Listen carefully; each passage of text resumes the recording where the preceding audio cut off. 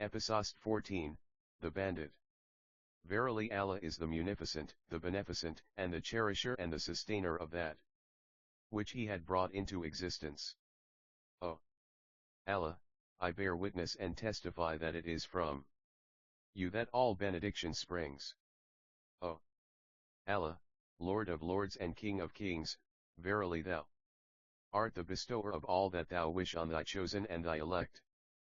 Gifts unparalleled, without stint and without measure. Verily Thou art the protector and guide of those whom Thou wishest to excel. O Allah, my Lord, my Creator, and my Benefactor. Thou art the all-knowing, the encompassing. O Allah, if it so pleases You, my Lord, to raise me from the obscurity of that from which I am sprung, then I beg of You, I beseech of You, my Lord, to please make me worthy. Above all else, my Lord, I implore You, I solicit You to make of me and to put me amongst Your grateful servants, those who ever fall into obeisance and who never flag in giving thanks, and who ever and anon sings to Thy praises and to Thy glory. Amen. Praise and thanks is for Allah. Once again I in search to uncover the mystery of why an angel is at my side in case of protection and need, discovered that Allah in His infinite mercy and wisdom had once more listened to my prayer and aided and protected me. The wonderment of this all is that at the time, like all the other times it had taken place, I was consciously unaware of it. Now that the truth of Allah's help had become manifest, I am the first to admit that something great lies await for me in the path of my destiny. Having said this, I still am reluctant to link this mystery to the Mahdi. To my way of thinking on that night in 1992, the event of the Mahdi is something destined for the future, at the end of times, which as far as my understanding went is still umpteen years into the future. Nevertheless, I still determined to come to the bottom of this mystery. There and then I jumped from my chair and resumed my pacing of the room, pondering on this mystery. Then the episode of the bandit came to mind. The episode of the bandit had its beginning during the early part of the year in 1977. I was 30 years old and it was only a few months after the fight with Ahmad. I was out of work and so was my auntie Amina's son Samsudin. In the past, whenever my building contracts came to an end, I used to work for Samsu, supervising all his work. Lucky for the both of us, Samsu's stepfather, that is to say my auntie Amina's second husband, Mohammad Noor, got the both of us to work as bricklayers, our natural trades, at Betty's construction company, of which he was the general foreman. Samsu and I started working under the supervision of his stepfather at Betty's construction site at Clapmats. During those time for the past 30 years, Betty's construction was busy at the government of the day's site at Clapmats. It was at Clapmats where the government had its small arms industry. It was also the headquarters and training grounds of the government's Cape Corps. This was an elite regiment made up of so-called colored soldiers. I don't know what the position is now, but in those days in 1977 Clapmats was a beehive of activity and it was ongoing. First, there were the builders, building mezzanines, making additions and alterations to other buildings and erecting new buildings on other allocated sites. Then there were the comings and goings of the soldiers receiving military training and doing all kinds of things in the hills surrounding us. Not to mention the government's army workers. There were the hundreds of workers, mainly women, who were working inside all those numerous buildings which dotted the landscape, making, producing, and testing small arms, weapons and their munitions like handguns and bullets, etc. After about 2 weeks at Clapmats working on new sites, Samsu and I was transferred to work on the mezzanines. Now we were, so to say, working in amongst the government workers, and it was a hustle and a bustle. On that very first day, I think it was on a Friday, and it was during lunchtime, that I happened to catch sight of a beautiful woman. She was so stunning that instantly I was captivated by her. Before catching sight of her, I had seen many of the other women workers, and truth to tell I was not in the least impressed. Therefore when I saw this woman I was surprised. It was like looking at a white rose growing in amongst thorn bushes. My breath caught in my throat, for this woman was loveliness in its first bloom. I judged her to be about 18 years in age, and later I was proved to be correct. She was long-limbed, maybe a half a head shorter than me. She was very fair with long jet black hair which fell over her shoulders, and she had hazel, brown, very round eyes. Building workers have every weekend off, that is to say Saturdays and Sundays.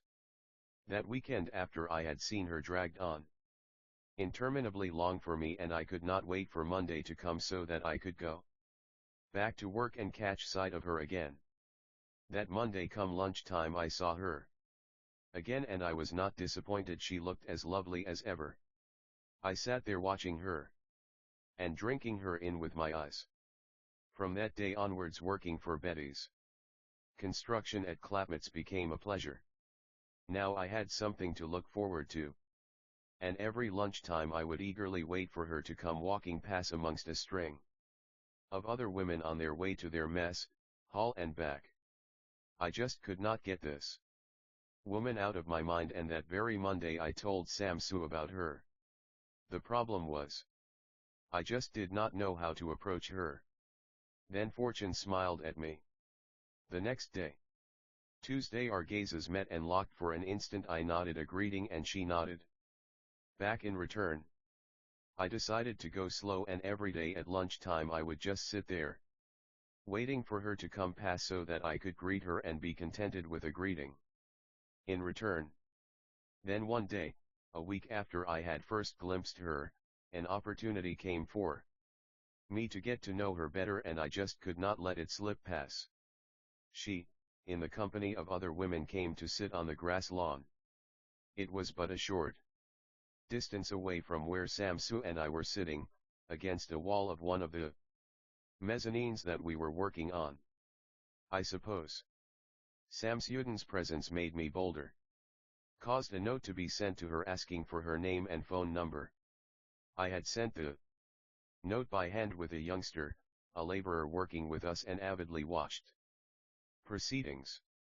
When she received the note she glanced up and looked in our direction, and I acknowledged that I was the author of the note by making some kind of hand sign. Great was my expectation when I saw her scribbling on the paper, and I was in ecstasy when the note returned with her name and phone number on it.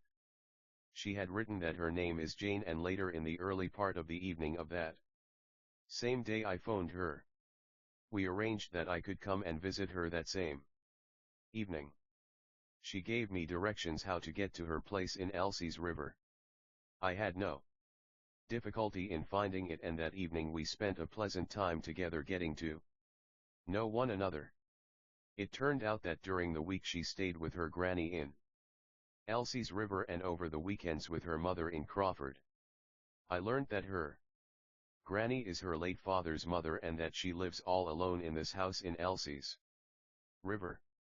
Her mother with her stepfather and the rest of the children stayed in Crawford. That evening when I left we had made arrangements for me to come and visit her at her mother's place on the coming Saturday night. The next 2 days at work, during lunchtime, Jane and I looked at each other and smiled with one another, as if to say that the two of us shared a secret which nobody else knew about. I from my part could not wait for Saturday to come around so that I could be in her company again. That Saturday night, bright and early, I drove in my Mazda 1800 back to Lawrence Road, Crawford, to meet with Jane and get to know the other members of her family. Jane's family bade me most welcome, especially her stepfather, who made me feel right at home.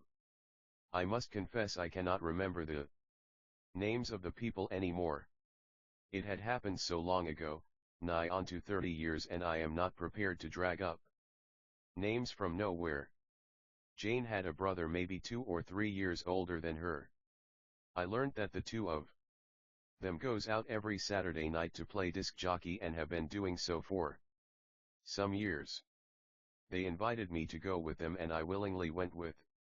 That night I did not spend much time with Jane because she did duty with her brother. The next Wednesday night when I again visited Jane at her granny's place in Elsie's River, the two of us in a mutual discussion agreed that from thenceforth the two of us will see each other on Tuesday and Friday nights. This came about because I was not prepared to come in between Jane and her brother and break up the disc jockey thing which they had going between them on Saturday nights. I changed from Wednesdays to Tuesdays to space the days of the week more evenly between intervals of seeing Jane. What I had omitted to mention to her was that now, in addition to having a steady girlfriend, I would also have the most important nights of the week free to do what I wanted. That time when I had the pleasure to go out with Jane, I was fairly happy. Not only was she very beautiful, but she also had a personality to complement it. If it was only up to personality and good looks, I guess Jane and I would have made a perfect couple. This was the upside, but there was also a downside. For one, the two of us came from vastly different social backgrounds. This was further complicated because she was from a Christian background while I belonged to the House of Islam. These differences were big, but it was not insurmountable, nor did I let it mar the relationship between the two of us. Besides, she was blissfully unaware of these factors because I had kept her in the dark where I was concerned.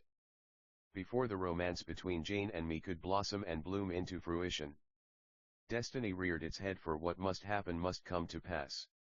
I had met Nurjahan, my first wife-to-be, and before I knew it we were caught up in a whirlwind romance that lasted for 5 months, at the end of which we became husband and wife.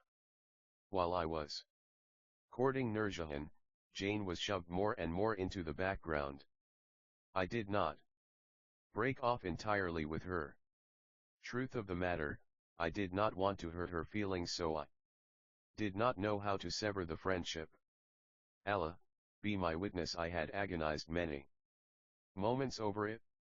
As the relationship between Nurjahan and me grew in intensity and our commitment to each other became more firmer, the pressure in me grew steadily to make a clean break with Jane.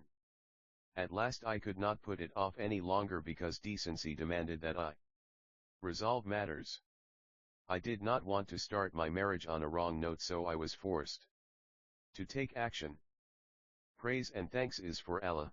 I had formulated a plan to soften the blow as much as is possible for Jane. I decided to put my plan into action the minute I saw Jane, which was going to be the coming Tuesday night, scarce 2 nights away.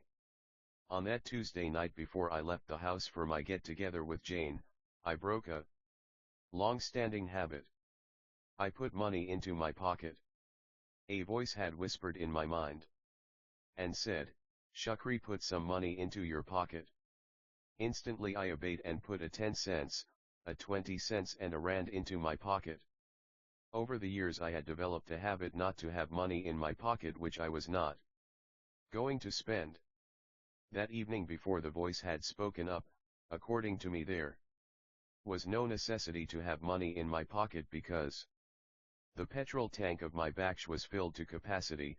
I had a full packet of 20 cigarettes in my pocket. In any case, I never need money to go and buy cigarettes because I give the money to my mother, who buys me a carton of 12 packets of 20 cigarettes and which get replenished as the need arises. Earlier during that same day, when I had filled up my petrol tank, I had already bought some refreshments which I intended to give to Jane. Last but not least, I did not have a sweet tooth, so the need never arises for me to go somewhere where I can buy refreshments or such like. Reason dictates that it is not wise to go out on the roads without any money on your person because of unforeseen happenings like a breakdown with your vehicle, etc. At the time when I went out with Jane, I still did not come to appreciate this most necessary precaution. I arrived at Jane's place where she stayed with her mother in Crawford during the early part of the evening. I did not have it in my heart to dally in special conversation with the other members of her family, so the two of us left shortly after I had arrived, with Jane joyfully unaware of what the rest of the evening held in store for her. I had some important things which I had to say to her and which was weighing heavy on my chest, so I did not waste unnecessary time by going on a long drive. Without any hesitation, I drove directly to the nearest secluded spot which I could think of where a body can have a private conversation. I drove to the St. Columbus High School, a private church school which was situated right there in Crawford, and parked behind the school on a field. It was one of those rare hot summer's nights when people make use of all the available breezes that they can get. We had turned down all the windows and had also opened all the side vents.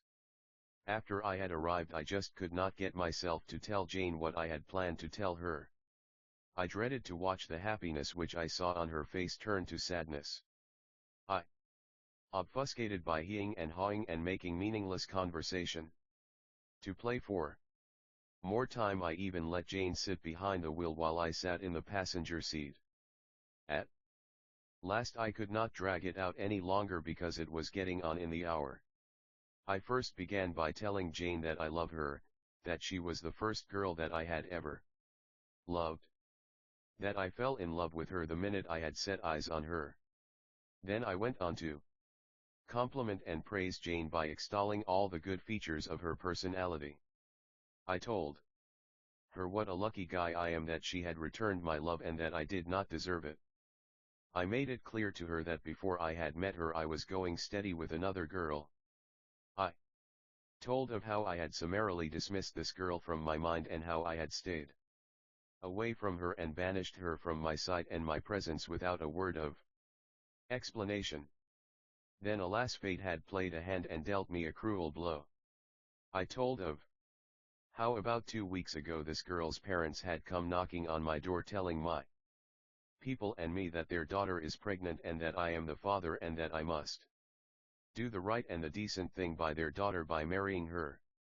I told Jane that this news had shattered me and that it had placed me between a rock and a hard place. I realized that whatever choice I made would be unpalatable and to swallow and digest. I had agonized of what to do. I realized that if I marry this girl, then I would lose Jane, the only woman that I loved and that I will ever love. On the other hand, if I don't marry her, then the child coming into the world will be a bastard. But the most important of all, I would have lost my honor. I decided to do what is honorable and just sacrifice my feelings in the bargain. I told of how I had dreaded to tell all this to her and what pain it had caused me, but at last against my will I had been driven to this point and made to confess all in front of her. Did Jane take all this lying down? Of course not. She from her side by gentle persuasion tried to make me change my mind. I got her to agree to my point of view, albeit reluctantly. I told her that we cannot build happiness on the unhappiness of other people. I said that eventually it will rebound against us and that this love that we have between us will eventually be destroyed and only bitterness and recriminations will be left behind. While I was busy with this dialectic, I felt a tap on my left shoulder, which was facing the window. I turned my head and saw a Sonny Liston, a George Foreman type of man, standing there. He was literally a giant, tall, well-built and dark in complexion. At first glance I took him to be an African, but when he spoke up it was unmistakably the accent of a so-called colored. In a deep-toned bass sort of voice he asked me for a 10 cents. Without thinking on it, I put my right hand inside my right pants pocket facing away from him and sifted through the 3 coins which I had put in there earlier on. I found the 10 cents and gripped it between my forefinger and thumb. I started to extract my hand from my pocket with the full intention of handing the 10 cents over to this giant. My hand was already half way out of my pocket when a voice whispered inside my head. I heard it distinctly and clearly. The voice said, "Shukri, give him the rand." The exact words in Afrikaans were Sigeri G Horn die Rand. Instantly I obeyed. I released the 10 cents between my fingers, pushed my hand deeper into my pocket and groped until I had located the rand. As with the 10 cents I also gripped the rand between my forefinger and thumb, pulled it out of my pocket and handed the rand over to this man. He said nothing when I gave the rand to him but produced a panga from nowhere and pressed the tip of the blade gently against the side of my neck. Then he spoke and said, I don't know what is going on here tonight. I came here with the express purpose to kill you. I asked you for the 10 cents and expected you to do one of two things. Give me the 10 cents or tell me that you have not got any money. I would have killed you on both counts, but instead you astounded me by giving me a rand. Then he took the panga away from my neck and made it disappear on his person. Then he told me a bit of his life's history. According to him, his name is Morgan and he is the most feared man in the area. He pointed with his hand ahead of him and said, over there I killed a man. He pointed in a few more directions and towards every direction he pointed he had killed somebody. By now I had become most relaxed in his company. You can say we had become sort of friends. He ended his talk by saying that from henceforth I am free to enter and leave the area as I please. And that nobody will harm as much as a hair on my head. If anybody should threaten me in any way, then I must just say that I am a friend of Morgan and whoever it is, will leave me alone. After this he took his leave and I was again alone with Jane. Jane and I did not talk much after this. I had said what I had wanted to say. I could see that the encounter with Morgan had unsettled her. She was relieved to be off. When I dropped her off at her home and after we had said our goodbyes, it was the last time we ever saw each other again. I do not think it necessary to dwell on the salient points of this because I had written a concise and clear report. Suffice it to say, once again I had discovered that the protective hand of the Almighty Allah had hovered above me. I shared this whole episode with Charliza. The two of us concluded that without a doubt Allah on high, who comprehends everything in his knowledge, is busy opening and showing me a landscape of which I was not aware of before. Together as one we both jumped up from our respective seats and cried out with one voice another sign, and we both jumped for joy.